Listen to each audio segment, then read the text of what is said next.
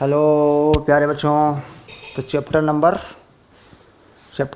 6 है ना, linear inequalities, रेखिक असमीकाएँ। NCERT पाठ्य पुस्तक से डायरेक्ट ले रहे हैं इस चैप्टर को।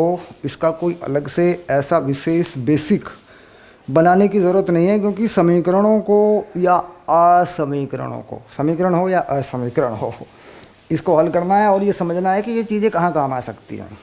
मतलब कम ज़्यादा वाली बात अगर आती है तो कहाँ काम आ सकती है। तो ये कह रहे हैं कि इंडस्ट्रियल लेवल पर या लीनियर इक्वेशन को कंप्यूटर प्रोग्रामिंग के अंदर हम कम ज़्यादा वाली बात में फिट कर सकते हैं।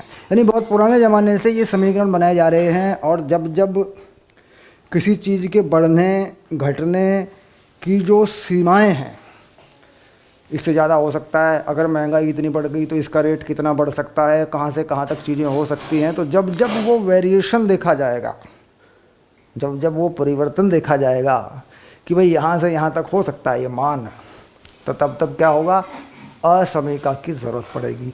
अब यहाँ पर बात हुई लीनियर इनइक्वालिटी, यानी रेखिक असमीकाएँ।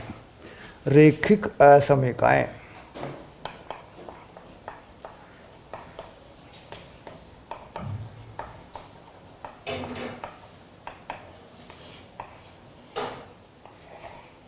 तो इसका मतलब ये हो जाएगा, साहब रेखिक की बात कर रहे हैं तो सरल रेखा वाली असमीकाएँ, यानी ऐसे समीकरण या ऐसी असमीकाएँ जो सरल रेखीय रूप में हो। पॉइंट टू पॉइंट हम एनसीईआरटी से चलेंगे। एनसीईआरटी को हम 100% कवर करते हैं। उसके बाद अगर कुछ अलग से चीज़ें हैं तो वो हम कवर करते हैं। कंपटीशन लेवल पर कुछ जानकारियाँ होती हैं, कुछ ऐसे सवाल होते हैं जिनमें कुछ खास बात होती है, तो वो हम अलग से कवर करते हैं। एनसीईआरटी के साथ हम एनसीईआरटी एग्जामिनर को अपने कोर्स में पूरा रखते हैं। रिकॉर्डिंग चलती रहती है, काम चलता रहता है। नोट्स पीडीएफ आपको अपने कोर्स में मिलते हैं। विज्ञान कुलम ऐप पर कोर्स है। कोर्स की फ़ीस मामूली है, महीने के हिसाब से आपको देनी होती है। 50-100 रुपये में कोर्स मिल जाते हैं, कोई बड़ी चीज़ नहीं है। चलिए तो ये हो गया लीनियर इनइक्वालिटीज़। लीनियर इनइक्वालिटीज़, शाबाश। तो बात आई हल करने की, है ना। तो पहले देखो, एक हमने पहले चैप्टर पढ़ा था समुच्चयों का, तो थोड़ा सा उसका इंट्रो हो जाना चाहिए। समुच्चय कैसे लिखते हैं, मान लीजिए हम कहीं कोई समुच्चय लिखते हैं ए ऐसे, तो इसको थोड़ा इंट्रो कर लें। इसमें मैंने लिख दिया 1 2 3, तो बेटा ये 3 अवयव हो गए। मान के चलिए इस समुच्चय में ये 3 अवयव हो गए, है ना। तो हम ये कह देते हैं कि x बिलोंग टू a, और x क्या हो गया, 1 2 3। x में हो जाएगा 1 2 3, ये हल हो गया। अब यहाँ पर हम ऐसा कर सकते हैं, x बड़ा है 0 से और छोटा है 4 से। x है पूर्णांक, धन पूर्णांक। x है बेटा क्या, धन पूर्णांक। तो x एक धन पूर्णांक है, पॉजिटिव इंटीजर है। 0 से बड़ा है, 4 से छोटा है। देखो ये चीज़ लिखी हुई है ऐसे, और यहाँ समुच्चय में लिखा हुआ देखो a, ये हो गया, ये x होंगे 1 2 3। तो हमें यहीं से समझ जाना है कि ये जो निशान लगा हुआ है छोटे बड़े का, ये वाली चीज़, ये क्या है, ये है असमीका। ये समीकरण नहीं है, असमीका। समीकरण क्या होती है, समीकरण मतलब x बराबर 3, ये एक मान है, ये एक मान है। x बराबर 3, सीधा x बराबर 3 है, ठीक। तो यहाँ पर क्या है, ये कोई मान है। अगर मैं x की कोई समीकरण बना दूँ जिसमें x के मान, जिससे x के मान निकलते हों और एग्जैक्टली मान निकलते हों, x के 1 निकलता हो, 2 निकलता हो, यानी उसमें बराबर का निशान हो, वो क्या होती है, समीका, यानी समीकरण। तो हमारे पास 2 बातें हो गई, एक हो गई समीका, एक हो गई असमीका। एक हमारे पास चीज़ होती है सर्वसमीका। सर्वसमीका में हम कोई भी मान डाल दें, वो दोनों पक्षों में बराबर रहती है। अब जैसे हमने एक चीज़ पढ़ी हुई है, उदाहरण लूँगा, sine square theta cos square theta बराबर 1। ये क्या है, ये क्या है, इसमें कोई भी मान डालिए आप थीटा का, हमेशा ये 1 ही आएगा, कोई भी मान डालिए। इसे क्या कहते हैं? सर्व समीका। इसे क्या कहते हैं? सर्व समीका। अब ऐसा कर दें, ऐसे लिख दें, x का कोई भी मान 1 और 3 के बीच में हो, क्या हो, कुछ भी हो, कुछ भी मान हो सकता है। देखो बहुत सारे मान हो सकते हैं, है ना। कोई शर्त ना रखें, या कोई शर्त रख दें, धन पूर्णांक हो तो जाहिर सी बात है x का मान 2 होगा। तो ये हो गई असमीका, ऐसे। और अगर x को सीधा बराबर कर दें, मान डालें, x का मान निकलता चला जाए, कुछ ऐसी समीकरण बना दें, है ना। जैसे हम कहते हैं x + 5 = 8, x + 5 = 8, या कुछ और लिख दें जिससे x का एक मान निकलता हो, तो ये हो गई समीका। समीका को क्या बोल देते हैं दूसरे शब्दों में? समीकरण, इक्वेशन। That is simple. 3 चीजें हैं, ठीक है। तो इंट्रो हो गया, पता लग गया कि किस तरीके से चीजें होंगी। अब हम करते हैं शुरुआत एनसीईआरटी से। एनसीईआरटी से हम शुरुआत करते हैं और देखते हैं क्या कहती है पाठ्य पुस्तक। एनसीईआरटी के एक शब्द को भी नज़रअंदाज ना करें, बिल्कुल ना छोड़ें, सारी बातें पूरी पढ़ें। उसके बाद जहाँ तक प्राइवेट किताबों की बात है वो आपके अनुभव के अनुसार है। आप किसी किताब से सवाल कर रहे हैं, कभी कभी ज़्यादा कर लेते हैं बच्चे। हर्षस्वरूप शर्मा की एक किताब आती है, बच्चे बहुत हल करते हैं, बहुत अच्छी बात है, सवाल करिए। लेकिन एनसीईआरटी का कोई सवाल या कोई टॉपिक या कोई शब्द या कोई ऐसा कुछ छोड़िए मत, उसको पूरा कर दीजिए, ठीक। चलिए तो लेते हैं पेज नंबर 124 इस वाली बुक में। राज्य सरकारों में हो सकता है पेज नंबर आगे पीछे हो गया हो। चैप्टर नंबर 6 रैखिक असमीकाएँ। ओके चलिए हो गया ये देखिए, ये रहा, शाबाश। चलिए पढ़ के देखते हैं, शुरू करते हैं। भूमिका में क्या कहते हैं? पिछली कक्षाओं में हम एक चर और 2 चर राशियों के समीकरणों तथा शाब्दिक प्रश्नों को समीकरणों में परिवर्तित करके हल करना सीख चुके हैं। यानी पिछली कक्षा में हमने क्या सीखा है, हम देखें कि पिछली कक्षा में हमने क्या सीखा। समीकरणों को हल करने का फंडा हमने क्या सीखा है पिछली कक्षा में, तो उस बात को रिवाइज करना, रिमाइंड करना, जो हमने पिछली कक्षा में सीखा वो क्या सीखा। इंट्रो करें, भूमिका के इंट्रो को करें। तो पिछली कक्षा में हमने एक चर वाले समीकरण हल किए, 2 चर वाले सर किए। जैसे हम कह देते हैं x + 3y = 11, 2x - y = 5, समीकरण नंबर 1 और समीकरण नंबर 2। तो हम इसका हल कर चुके हैं, ये हल कर चुके हैं। आप जानते हैं ये हल आप कर चुके हैं 10वीं क्लास में भी, 9वीं क्लास में भी। x और y के मान यहाँ से आप निकाल चुके हैं। एक चर वाले समीकरण में द्विघात का हल आप कर चुके हैं। कोई इस तरह की समीकरण हम लिख दें 5 = 0, इस तरह के कोई समीकरण हम लिख दें, है ना, बराबर 5, 1 कर देंगे, हल होना चाहिए ऐसे। हाँ, ये 1 कर लो, चलो अब देखो, अब हो जाएगा, हल होना चाहिए। तो ये द्विघात का समीकरण है, ये भी पूरी तरह आप हल कर चुके हैं, ठीक। एक छोटी मोटी चीज़ें आप हल कर चुके हैं, जैसे sin थीटा = 1/√2, तो थीटा = 45 अंश। त्रिकोणमिति में इस तरह के समीकरण थे कि साहब sin थीटा = 1/√2 हो तो थीटा का मान क्या होगा, इस तरह की चीज़ें थी। तो ये चीज़ें आप कर चुके हैं। तो वो इसी बात को कह रहा है कि आप एक चर वाले या 2 चर वाले इस तरह के समीकरणों को हल कर चुके हैं पिछली क्लास में। तो ये काम हो चुका है, डन, शाबाश। आगे चलिए। अब हमारे मस्तिष्क में स्वभावतः ये प्रश्न उठता है कि क्या शाब्दिक प्रश्नों को सदैव एक समीकरण के रूप में परिवर्तित करना संभव है? शाब्दिक प्रश्नों को, यानी प्रश्न अगर शब्द के रूप में लिखा है तो क्या उसे समीकरण के रूप में परिवर्तित करना संभव है? उदाहरणतः आपकी कक्षा में सभी विद्यार्थियों की ऊंचाई 106 सेंटीमीटर से कम है। आपकी कक्षा में सभी विद्यार्थियों की ऊंचाई 106 सेंटीमीटर से कम है। आपकी कक्षा में अधिकतम 60 मेज़ें या कुर्सियों या दोनों समा सकती हैं। आपकी कक्षा में 60 मेज़ या कुर्सियां दोनों समा सकती हैं। यहाँ हमें ऐसे कथन मिलते हैं जिनमें छोटे बड़े के निशान लगाने पड़ते हैं, छोटे बड़े के निशान। जैसे मान लीजिए ये बड़ा, ये छोटा, ये बड़ा बराबर, ये छोटा बराबर, इस तरह के निशान हमें लगाने पड़ते हैं। ऐसे ऐसे, मतलब ये बड़े की तरफ खुलता है, इधर क्या होता है, बड़ा होता है, ऐसे। और ये क्या है, बड़ा या बराबर, ये छोटा हो गया, छोटा या बराबर।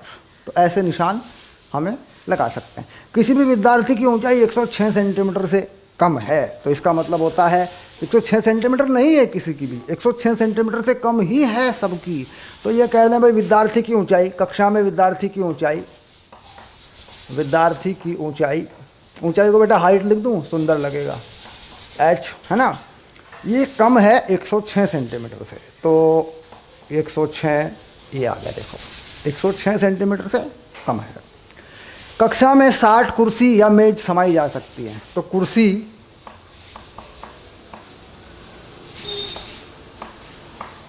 या मेज एक क्लास में कितनी कह रहे हैं, 60, 60 या 60 से कम। तो 60 हो सकती है ना, सिंपल सी बात है। तो क्या करते हैं, उसको करते हैं x 60, मतलब 60 होंगी या 60 से कम होंगी, है। तो ये बराबर का निशान यहाँ क्यों लगा, तो कह रहा है जी 60 कुर्सी या मेज आ सकती है, मतलब 60 आ सकती है, 60 से कम रख लो आप, कोई दिक्कत नहीं है। ऊपर ये निशान क्यों नहीं लगा ऊंचाई में, क्यों, इस बात को समझो बच्चों, क्योंकि 106 सेंटीमीटर से कम होना है। 106 सेंटीमीटर किसी भी विद्यार्थी की ऊंचाई है ही नहीं, तो 106 लगा, ठीक। तो ये कहना चाह रहे हैं, इतनी बात ये भूमिका में बता रहे हैं। हाँ, अब आई असमीकाएं कहते हैं, चिन्ह प्रयुक्त होते हैं, इन्हें हम असमीकाएं कहते हैं। जिनमें ये चिन्ह प्रयुक्त होते हैं इन्हें हम क्या कहते हैं, असमीका। इन्हें क्या कहते हैं, असमीका। तो वो डन हो गई, यहाँ पे भी बात हमने बता दी थी पहले कि असमीका, समीका, सर्वसमीका, 3 चीज़ें होगी, ठीक। समीका को हमने समीकरण कहा, समीका को हमने क्या कहा, समीकरण कहा। तो ये है क्या वास्तव में, ये समीका है, हमने क्या कह दिया इसको, समीकरण, और ये असमीका। और जो मैंने एक बताई थी sine square theta cos square theta में थीटा का कोई भी मान रखो 1 हो जाता है वो क्या है, सर्व समीका। सभी मानों पर वो समीका है, सभी मानों पर वो समीकरण है। शाबाश। चलिए अब आगे बढ़ते हैं। अब आया अगला टॉपिक, अब आया 6(2) असमीकाएं। अब आया 6(2) असमीकाएं। शाबाश। तो भूमिका फिनिश, भूमिका हो गई खत्म। अब बात करते हैं असमीकाएं। टॉपिक लिख के चलेंगे, 6(2) असमीकाएं।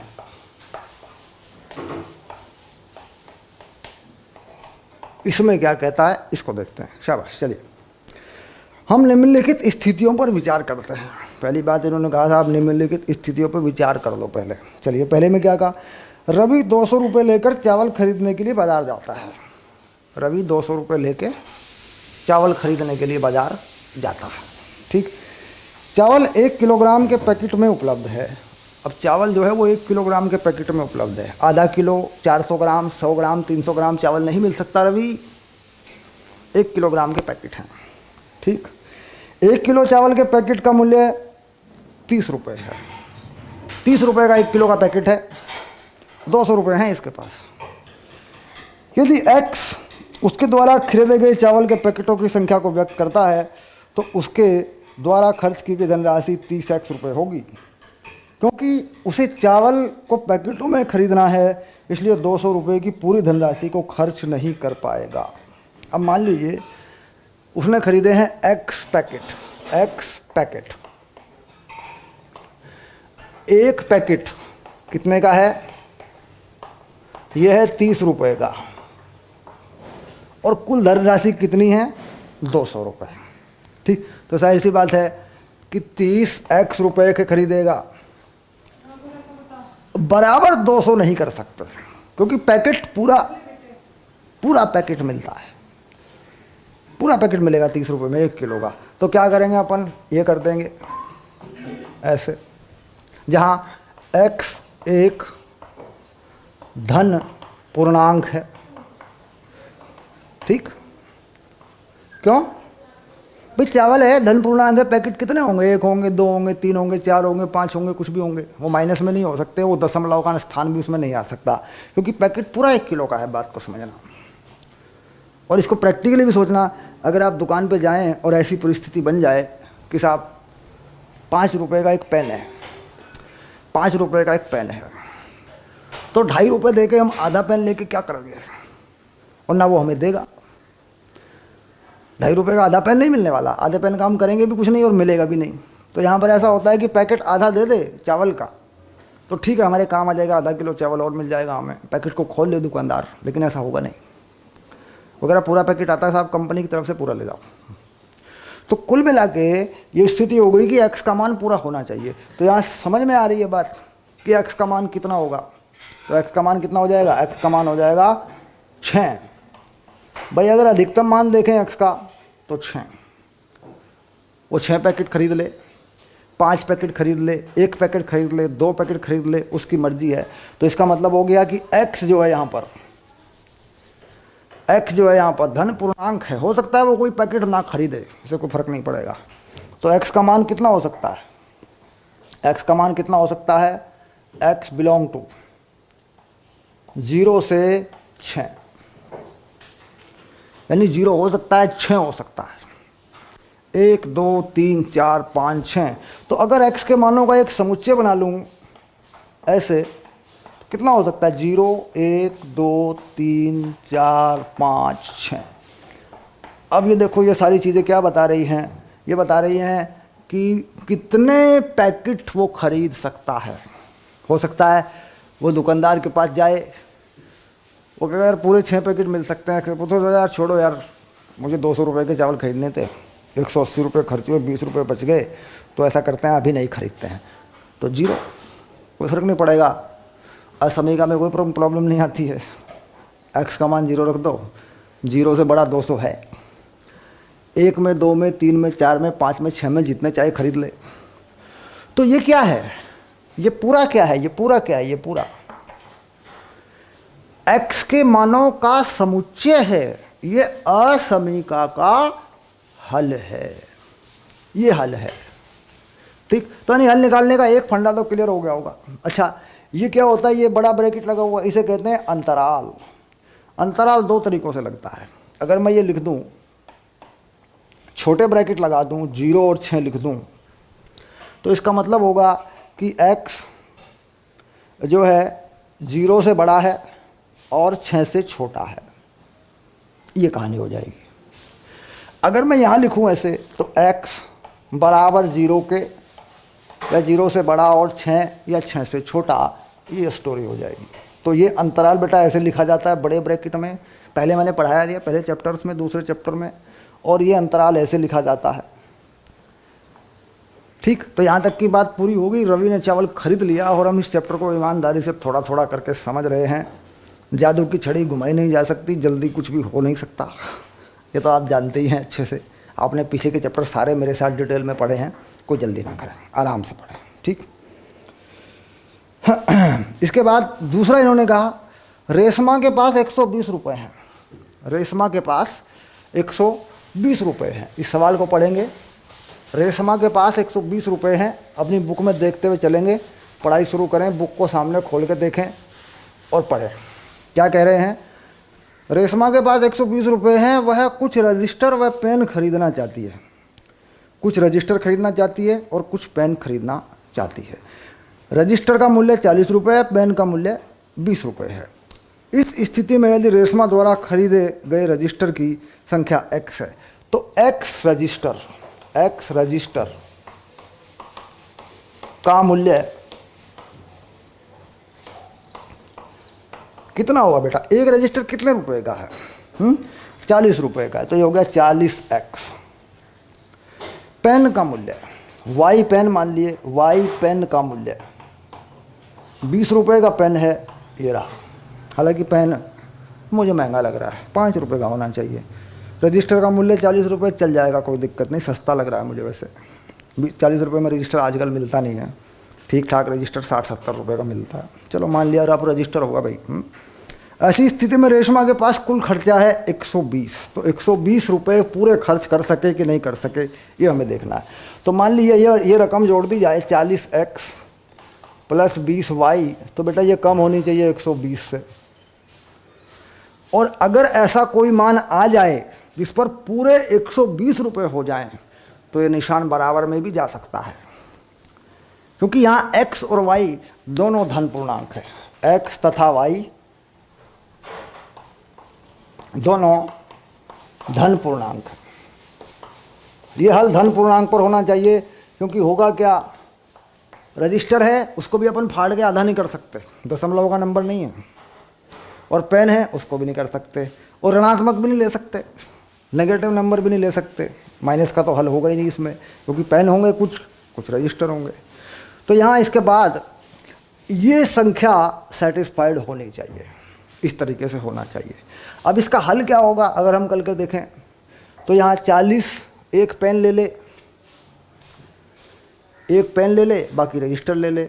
अब एक पेन लेने के बाद देखो x को 0 से शुरू करें, y को 0 से शुरू करें। ठीक, x को 0 से शुरू करें, ये x रख लें और ये y रख लें, ऐसे 0। मान लीजिए इसने कोई रजिस्टर लिया ही नहीं है, तो 20 6 के 120, तो 6 पूरा हो गया। इसके बाद y को 0 करें, तो 4 तिया 12, y को 0 कर लें, ये 3 हो गया। इसका मतलब ये कहानी ऐसी हो सकती है बेटा, ऐसी मान पूरे आ रहे हैं तो ये कैसा हो जाएगा, ऐसा निशान हो जाएगा, पूरा मान आ रहा है। अगर x और y के धन पूर्णांक मान आ रहे हैं तो ईमानदारी है कि ये बराबर का निशान लगा सकते हैं अपन। ठीक, तो अब ये कहानी शुरू हो गई। तो अगर x रजिस्टर लेता है तो 6 पेन ले सकता है, कोई दिक्कत नहीं है। अगर रजिस्टर नहीं लेता है, अगर पेन नहीं लेता है तो 3 रजिस्टर ले सकता है। यानी अगर हम देखें बात कि भाई कितने पेन ले सकता है, तो 6 पेन ले सकता है। तो y के मान क्या हो गए, y के मान हो गए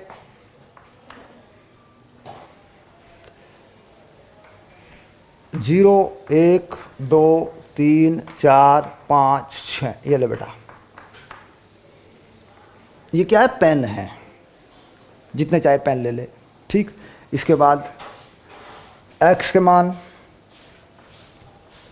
कितने ले सकता है, 3, 0 1 2 3, ये हो गया। ये 0 1 2 3 है ना, 3 ले सकता है, 3 लिख दो, शाबाश, ये हो गया। ये रजिस्टर हैं जो वो ले सकता है। अब होता क्या है कि साहब इसके क्रमित युग्म होने चाहिए, इसका जोड़ा होना चाहिए, पता होना चाहिए, वैल्यू होनी चाहिए। ठीक, तो यहाँ पर अब हम वैल्यू लिखते हैं, इस क्रमित युग्म को बना के लिखते हैं। ये तो हमने अंदाज़ा लगा लिया कि साहब ऐसा हो सकता है, बात को अधूरा नहीं छोड़ेंगे, पूरा करेंगे। तो अब हम शुरू करते हैं, कितने x के कितने y हो सकते हैं, है ना। चलिए देखिए, मान लीजिए 0 रजिस्टर लेता है तो 6 पेन ले सकता है। रजिस्टर लेता ही नहीं मान लो, ठीक है, रजिस्टर खरीदता ही नहीं है, तो कितना होगा, पूरा पैसा पेन पे जाएगा, तो 6 पेन ले लेगा। ठीक, तो 0,6 ये x है, ये y है, यानी मैं लिख रहा हूँ x, y बिलोंग टू, ये कहानी है। पहला नंबर क्या है, x है, ये तो आपने पता है आपको क्रमित युग्म कैसे लिखते हैं। y दूसरा नंबर है। अब इसके बाद मान लीजिए एक रजिस्टर ले लेता है तो 2 पेन गायब, क्योंकि 20 रुपये का पेन है, 40 का रजिस्टर। अगर एक रजिस्टर ले लेता है तो 40 रुपये गए, कितने बचे, 80, तो कितने पेन आएंगे, 4, तो अगला हो गया 1,4। अगर 2 रजिस्टर ले लेता है तो 80 रुपये गए, 40 बचे, 2 ही पेन ले पाएगा, ये हो गया। 2 रजिस्टर 2 पेन, 80 रुपये के 2 रजिस्टर, 40 रुपये के 2 पेन, 120 रुपये पूरे।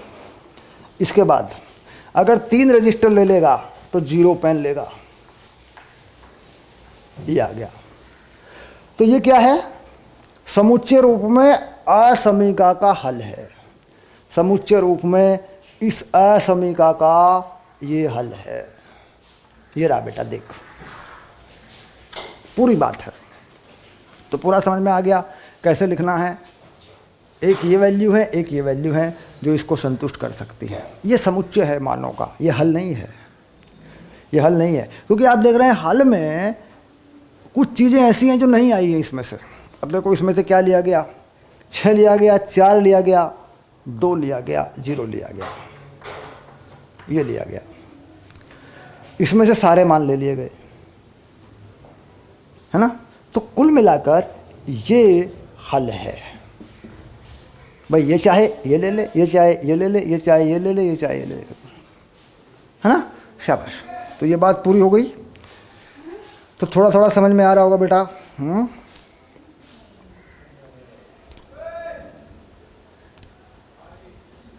शाबाश। चलिए आगे देखते हैं, थोड़ा और देख लेते हैं।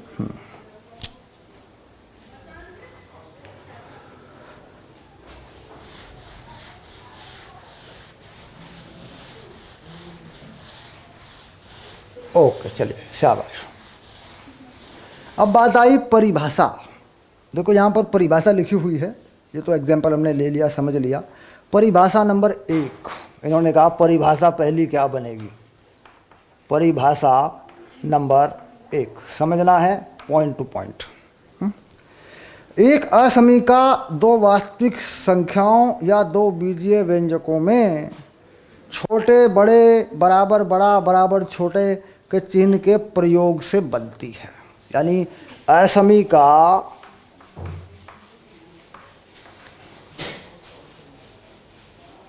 बड़ा छोटा, छोटा बराबर बड़ा बराबर के प्रयोग से बनती है।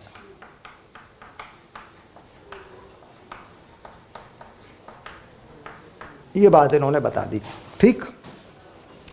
अब 3 5 से छोटा, 7 5 से बड़ा संख्याक असमीका है। तो पहली समीका क्या लिखी, संख्याक, संख्यांक, है ना, संख्या अंक, है ना, संख्यांक असमीका। इसमें क्या कह रहे हैं, अंकों को छोटा बड़ा करना है। ये कह रहे हैं जैसे 3 से बड़ा 5 है, इस तरह की जो असमीका है, ये संख्या वाली संख्यांक असमीका है, ठीक। इसके बाद अगर कोई मान रख लें, चरांक असमीका, चरांक असमीका, इसमें कोई चर होगा, जैसे x बड़ा है 5 से, y छोटा है 3 से, ये वाली है, ठीक। अब अगर इसमें 3 5 7, 3 से बड़ा 5 से बड़ा 7, 3 से बड़ा बराबर x, 5 से बड़ा 5 से छोटा x पढ़ते हैं, और द्विक असमीका के उदाहरण हैं। यानी अगर कहीं किसी चीज़ को फंसा दिया जाए, द्विक असमीका, द्विक असमीका, ये कह रहे हैं कि x बड़ा है 3 से, छोटा है 5 से, 2 निशान हैं, एक ये वाला एक ये वाला, समझ रहे हैं। इससे छोटा इससे बड़ा, 2 बार लग गया निशान, देखिए एक बार यहाँ लग गया, x 3 से बड़ा है बराबर है, x 5 से छोटा है, तो 2 बार लग गया, एक बार यहाँ लग गया एक बार यहाँ लग गया। इसे क्या कह रहे हैं, द्विक असमीका, binary inequalities, binary inequalities, variable inequalities, number inequalities. Okay, शाबाश। अब इसके बाद इन्होंने कुछ चीज़ें लिखी हुई हैं, पहचान करना ज़रूरी है, पहचान करना ज़रूरी है। देखिए इन्हें कहा सुनिश्चित असमीका, सुनिश्चित, सुनिश्चित असमीका। सुनिश्चित असमीका में बड़ा या बराबर छोटा या बराबर का निशान नहीं होगा। जैसे 5 नंबर की बात करते हैं तो ये कह रहा है ये ऐसी असमीका है, ax + b 0, सुनिश्चित है, पक्का है, मतलब या नहीं लगा सकते, या नहीं लगेगा इसमें, पक्का ये मान 0 से कम होना चाहिए, ये सुनिश्चित है, ठीक। इसके बाद एक उदाहरण और ले लें, 11 नंबर, बड़ा छोटे का निशान लगेगा, उसे कहेंगे सिर्फ असमीका, केवल असमीका, सिर्फ असमीका कह रहे हैं बेटा, ध्यान रखना। अब इसे मैं बदल दूं ax प्लस बी और इसे ही कर दूं बराबर का निशान भी लगा दूं यहाँ पे ऐसे 0, बस ये कर दिया। देखो मतलब छोटा या बराबर, 0 से छोटा या बराबर, ध्यान रखना, इसे कहते हैं सिर्फ असमीका। इसको प्रकार करने की कोई ज़रूरत नहीं है, ये सुनिश्चित है ना, और ये सिर्फ असमीका है। यानी असमीका में आप आज़ाद हैं, कुछ भी लिख सकते हैं, उसमें प्रकार बताने की कोई ज़रूरत नहीं है। ये भी असमीका है, ध्यान रखना, ये असमीका है, सब असमीकाएँ हैं, लेकिन इनको नाम से बता सकते हैं। अगर हमें पूछेगा कि साहब ये कौन से प्रकार की असमीका है, तो हम कह देंगे साहब ये सुनिश्चित है। इसमें पूछेगा कौन से प्रकार की, बोला प्रकार कुछ नहीं है, ये सिर्फ असमीका है। संख्या लगी है, बोला चरांक, संख्यात्मक असमीका है। कोई चर लगा है तो चरांक असमीका है। 2 बार लगा निशान तो द्विक असमीका है। तो प्रकारों में अगर आ जाए 1 2 3 4, 4 प्रकार विशेष प्रकार के हैं, 4 प्रकार विशेष प्रकार के हैं। और एक सिंपल सी चीज़ है, इसे क्या कहते हैं, सिर्फ असमीका। तो इसका मतलब ये हो गया कि सारी की सारी हैं तो असमीका ही, ये सारी की सारी हैं तो असमीका ही, लेकिन इनमें 4 विशेष हैं जो नाम से अलग से जानी जाती हैं, वो 4 हो गई। ठीक, चलिए आगे देखते हैं। अब इसके बाद आती है बात, अगर क्वाड्रेटिक हो यानी एक्स स्क्वायर जैसी बात हो तो उसे क्या कहते हैं, द्विघातीय असमीका, द्विघातीय असमीका। ये कैसी है, कह रही है a square, a x square plus b x plus c में छोटा बड़ा कुछ कर दें, बराबर का निशान लगा दें, तो ये कैसी होती हैं, ये होती हैं द्विघातीय असमीका, बाइनरी इनइक्वालिटीज, बाइनरी इनइक्वालिटीज, जिसमें एक्स के 2 मान आते हैं। वो जो जिनको क्वाड्रेटिक इक्वेशन बोला करते थे, द्विघात का समीकरण बोला करते, तो उसके असमीका किस तरह की हो गई, द्विघातीय असमीका हो गई। और कोई नई बात नहीं है, नया कोई शब्द नहीं है, सिर्फ द्विघातीय लगाया जाता है। तो प्रकार क्लियर हो गए, आगे बढ़ते हैं, शाबाश। अब देखते हैं अगली चीज़ क्या है। चलिए किताब होनी हाथ में ज़रूरी है, एनसीईआरटी किताब होना हाथ में बेटा ज़रूरी है, इसका ध्यान रखें, किताब से पढ़ेंगे। कुछ लोग ना बड़ा ज्ञान हाँकते हैं, बड़ी डींग मारते हैं, मतलब किताब की क्या ज़रूरत है। अगर किताब की ज़रूरत नहीं है तो इतनी बड़ी किताब का रट्टा मार लोगे आप। पढ़ाना तो आपको वही है जो किताब में है, पहले बेसिक तो बेटा वहीं से बनेगा। तो इतनी बड़ी किताब का रट्टा मार लोगे आप, इसका मतलब होगा कि आपने कुछ चीज़ें जोड़ तोड़ रखी हैं, एग्जैक्टली पॉइंट टू पॉइंट नहीं चल रहे हैं आप। पहले किताब पढ़ा दीजिए, उसके बाद जितना गहरा और लंबा चौड़ा ज्ञान है आपके पास दे दीजिए, कौन रोक रहा है। बच्चा थोड़ी मना कर रहा है पढ़ने से, बढ़िया पढ़ाई है, लेकिन किताब का पॉइंट तो देख लीजिए पहले। चलिए शाबाश, आगे चलिए। एक चर राशि 6-3 पे आ गया, 6-3 पे आ गया। 6-3 में क्या समझाना चाह रहे हैं, इसको डन करेंगे। 6-2 हो चुका है, शाबाश।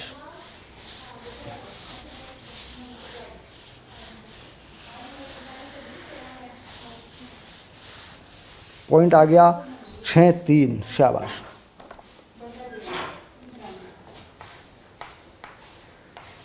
छः तीन क्या कह रहे हैं, एक चर राशि के रैखिक असमीकरणों का बीजगणितीय हल और उसका आलेखीय निरूपण। अब बात शुरू हो गई है। एक चर राशि के रैखिक, एक चर राशि की असमीका, बस मैं इतनी बात लिख देता हूँ, आगे लिख देता हूँ हल व आलेख। देखो ये छोटा सा हेडिंग बन जाएगा हमारा, ये हो गया ठीक, ग्राफ बन जाएगा। और रिप्रेजेंटेशन कैसे करेंगे, रिप्रेजेंट कैसे करेंगे, कैसे दर्शाएंगे, वो बन जाएगा। शुरू करते हैं। अनुभाग 6-2 के असमीका 1 अर्थात अनुभाग 6-2 का बेटा पहला क्या था, ये था देखो 30x छोटा है 200 से, इसके बारे में बात कर रहा है ये। पर विचार कीजिए। हालांकि हम इस पर विचार कर चुके हैं, हम इस पर विचार कर चुके हैं और इसका हल हम बना चुके हैं। तो इसका हल बनाने का तरीका मैंने बताया था कि x बिलोंग टू एक समुच्चय बना दिया जाए 0, 1, 2, 3, 4, 5, 6, बस इतनी बात होगी और कुछ नहीं होगा। एक हल बन गया, खत्म, आगे बढ़ते हैं। तो असमीका का हल इस तरीके से बनाया जाता। हमने उपयुक्त असमीका का हल प्रयास और भूल विधि ट्रायल एंड एरर मेथड से प्राप्त किया है। इसे कहते हैं प्रयास और भूल विधि। यानी हमने एक एक मान को रख के देखा है, हमने एक एक मान को रख के देखा है जो अधिक सुविधाजनक नहीं है। मतलब हर बहुत बड़े बड़े मान हम रख के नहीं देख सकते, हर मामले में हम ऐसा नहीं कर सकते, बहुत बड़े बड़े मान हम रख के नहीं देख सकते। स्पष्टतः यह विधि अधिक समय लेने वाली तथा कभी कभी संभाव्य नहीं होती है। हमें असमीकाओं के हल के लिए अधिक अच्छी या क्रमबद्ध तकनीक की आवश्यकता है। कोई ऐसी विधि हो जो क्रमबद्ध हो, सिस्टमैटिक हो, है ना, शाबाश। इससे पहले हमें संख्यांक असमीकाओं के कुछ और गुणधर्म सीखने चाहिए और असमीकाओं को हल करते समय उनका नियमों की तरह पालन करना चाहिए। आपको स्मरण होगा कि रैखिक समीकरणों को हल करते समय हम निम्नलिखित नियमों का पालन करते हैं। एक समीकरण के दोनों पक्षों में समान संख्याएं जोड़ी या घटाई जा सकती हैं। अब मान लीजिए मैं इसको हल करूं तो इस समीकरण में दोनों पक्षों में कोई संख्या जोड़ी जाए, मान लो 50 जोड़ दूं, 200 में भी 50 जोड़ा जा सकता है। कहता ये समीकरण का रूल है, ये समीकरण का रूल है। क्या हम इसे असमीका में लगा सकते हैं? लगा सकते हैं। एक समीकरण के दोनों पक्षों को किसी ना किसी से भाग किया जा सकता है। अब मान लीजिए मैं इसको 30x 200 को किसी संख्या से भाग करना चाहूँ तो मैं भाग कर सकता हूँ। अब जैसे मान लीजिए मैं 30 से भाग करना चाहूँ तो मैं 30 से भाग कर सकता हूँ। तो ये हो गया x और ये हो गया 20/3 भाग कर सकता हूँ। असमीका में ऐसा नियम नहीं है कि इस 20-30 को इसके नीचे ले जाऊँ सीधा, क्योंकि देखो एक चीज़ क्या करते थे हम क्या करते थे 5x = 20, तो अपन क्या करते थे x = 20/5। कह रहा जी 5 को नीचे ले जाओ, तो ये गलत है। हम नीचे नहीं ले जाते हैं, वास्तव में हम नीचे नहीं ले जाते 5 को, हम दोनों पक्षों को 5 से भाग करते हैं। तो वो आप कर सकते हैं, वो यहाँ पे आप सॉल्व कर सकते हैं समीकरण की तरह, वो चीज़ यहाँ आप कर सकते हैं। ये दूसरी बात हो गई। तीसरी बात ये हो गई, अगर कोई समीका माइनस में है, -5x 50, ये ऐसी स्थिति है, x का मान निकालना है मान लीजिए, तो इस माइनस को अगर इधर करते हैं तो निशान बदल जाता है, यानी 5x ऐसे हो जाता है 50। इस बात का ध्यान रखना। अभी 50 बड़ा है, अगर मैं माइनस से दोनों पक्षों में गुणा कर दूं -1 से, तो ये निशान बदल जाता है। इस बात को ध्यान रखना। अब 5 से भाग कर सकते हैं दोनों तरफ, बिल्कुल कर सकते हैं। तो ये कितना हो गया x, और ये बड़ा हो गया -5 से, ठीक। तो ये हमारा हल हो गया। इन 3 नियमों के तहत आप हल कर सकते हैं। यानी 2 नियम जो है हमारे वो सिंपल हैं, कुछ जोड़ना घटाना पड़े जोड़ दो घटा दो, दोनों पक्षों को किसी नंबर से भाग करना है वो कर दो। प्रॉब्लम सिर्फ यहाँ है कि अगर x का मान निकालना है और इधर माइनस है और माइनस को इधर ले जाना है, तो इसको समीका का जो मुंह है वो इधर को खोल देना है, बड़ा इसको कर देना है, इसको उल्टा कर देना होता है। बराबर का निशान हो तब भी, छोटे बड़े का निशान हो तब भी, दोनों केस में। मान लीजिए यहाँ ये देखो, अगर ये निशान बराबर का होता, ऐसे हो जाता, ऐसे हो जाता, चीज़ वही है, काम वैसे ही करेगा। शाबाश। तो सिंपल तरीका हो गया, 3 बातों का ध्यान रखा गया हल करने के लिए, ठीक। अब हल कीजिए, 30x बड़ा छोटा है 200 को हल कीजिए। पहले उदाहरण में इन्होंने यही रखा है, देखो यहाँ तक की बातें सारी कर दी मैंने, पेज नंबर 127 पे। उदाहरण नंबर 1 की मैं बात कर रहा हूँ। तो उदाहरण नंबर 1 में इसी को लिखा है इन्होंने कि साहब इसको सॉल्व करो, ठीक। तो इसको सॉल्व करने का मतलब क्या हो गया कि x एक प्राकृत संख्या है, एक नेचुरल नंबर है धनात्मक संख्या है, प्राकृत संख्या धनात्मक संख्या होती है बेटा। 1 2 3 4 5 6 धन पूर्णांक है तो जीरो ले सकते हैं, प्राकृत संख्या है तो जीरो नहीं ले सकते। 1 2 3 4 5 6 है ना, इस तरीके से हम ले सकते हैं। शाबाश। तो इसमें अब इन्होंने क्या किया कि इसको हल कीजिए। देखिए कैसे करेगा, कैसे लिखा है इसने। पहले चीज़ में क्या लिखा हुआ है, यहाँ जो थोड़ी सी गलती हमसे हो सकती है आगे हल करने में, वो हम ठीक कर देंगे। देखो अभी का अभी हमने पहली शर्त में ये लिख दिया कि x एक प्राकृत संख्या है, x एक पूर्णांक है। हल कीजिए यदि x एक प्राकृत संख्या है। बस बस बस, ये देखो यहाँ से बहुत कुछ डन होने वाला है। तो इसका मतलब प्राकृत संख्या क्या होती है? 1 2 3 4 5 6 7 8 9 10 जहाँ तक आप करना चाहें करें। प्राकृत संख्या में जीरो नहीं होता। तो इसका मतलब हो गया कि x का अधिकतम मान, अब देखें आप, 30x/30, 200/30, x 20/3, ऐसे सिंपल। x प्राकृत संख्या है तो क्या करेंगे, x बिलोंग टू 1 2 3 4 5 6, बस भाई 6 तक तो जा सकता है ना, x इससे छोटा होना है। और प्राकृत संख्या है तो जीरो लेना नहीं है, 1 2 3 4 5 6 लेना है। ये पहली कहानी हो गई। इसके बाद दूसरे में कह रहा है 30x 200, x पूर्णांक है। पूर्णांक है, पूर्णांक में धन पूर्णांक है ना, पूर्णांक ले लिया जाए। ठीक, तो ऐसे में क्या कर सकते हैं, ये तो चीज़ बनेगी, x तो यही बनेगा। अब जीरो ले सकते हैं, अब यहाँ जीरो ले सकते हैं। तो इसमें हल बनेगा x 0 1 2 3 4 5 6, ये लो। तो देख लें कि उत्तर पर कैसे फर्क पड़ा। जब प्राकृत संख्या थी तो उत्तर ये है, जब धन पूर्णांक या पूर्णांक की बात की तो उत्तर ये है। इस वाले का हल है, इसी पर हमने फोकस किया है। एनसीईआरटी में बार बार इसी से लेकर पॉइंट टू पॉइंट समझा जा रहा है। समझाने में एक उदाहरण को अच्छे से पकड़ा जाए, फिर दूसरे उदाहरण पे जाएं। एक को हल्का, दूसरे को हल्का, सब हल्का हल्का हल्का होता चला जाता है ना। क्या बात। चलिए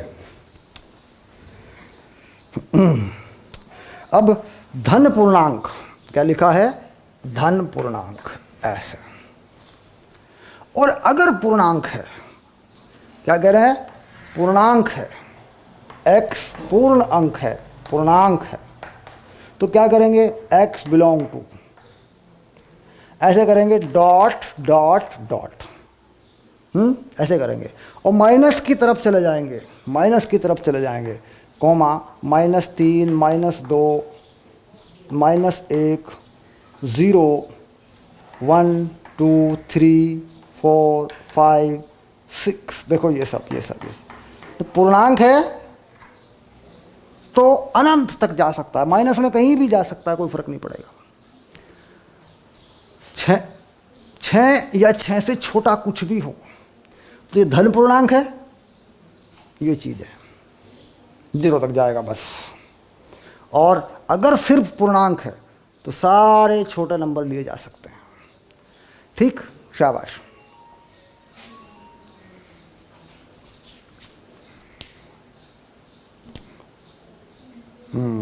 शाबाश। चलिए, धन पूर्णांक में जीरो को शामिल ना करें तो चलेगा, ध्यान रखना।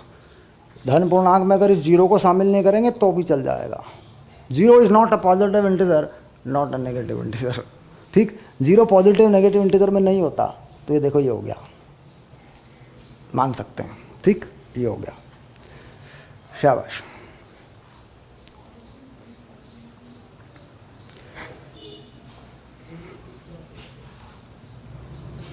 ओके, शाबाश।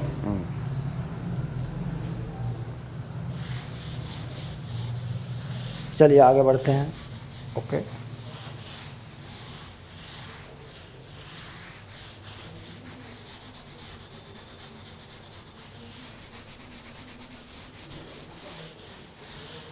शाबाश।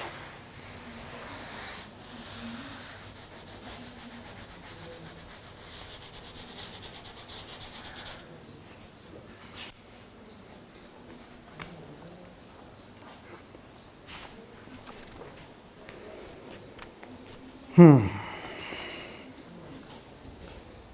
45, शाबाश। चलिए अब आ गया उदाहरण नंबर 2।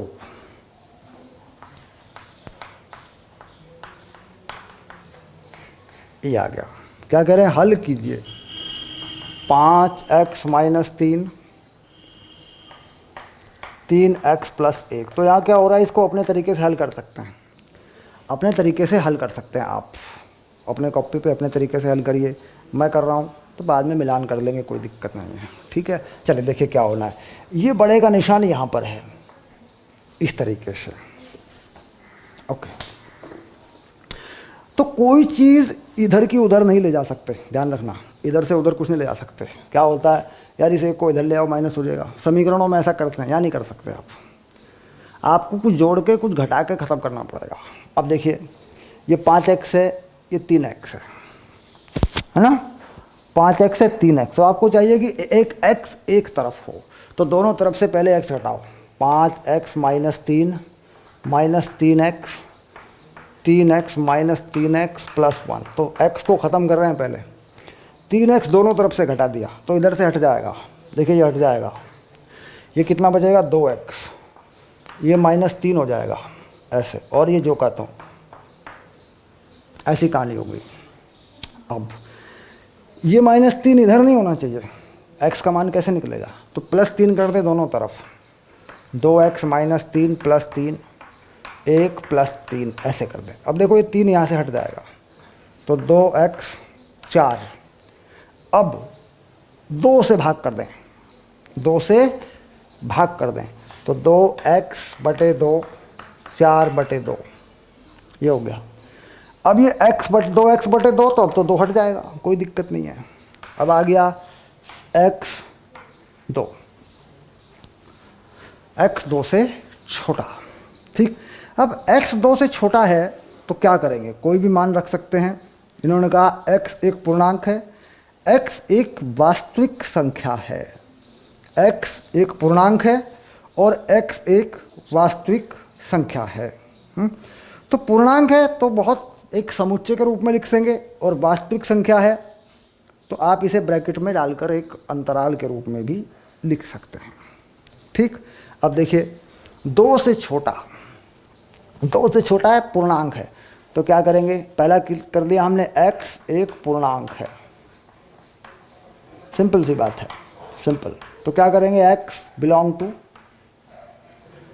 1 2 3 पॉइंट लगाते हैं बेटा, अनंत तक ले जाने के लिए 3 पॉइंट लगाते हैं, लिख देंगे -2 -1 0 1, बस इस तरीके से कुछ भी करिए। ठीक, अब इसके बाद x एक वास्तविक संख्या है, एक वास्तविक संख्या है,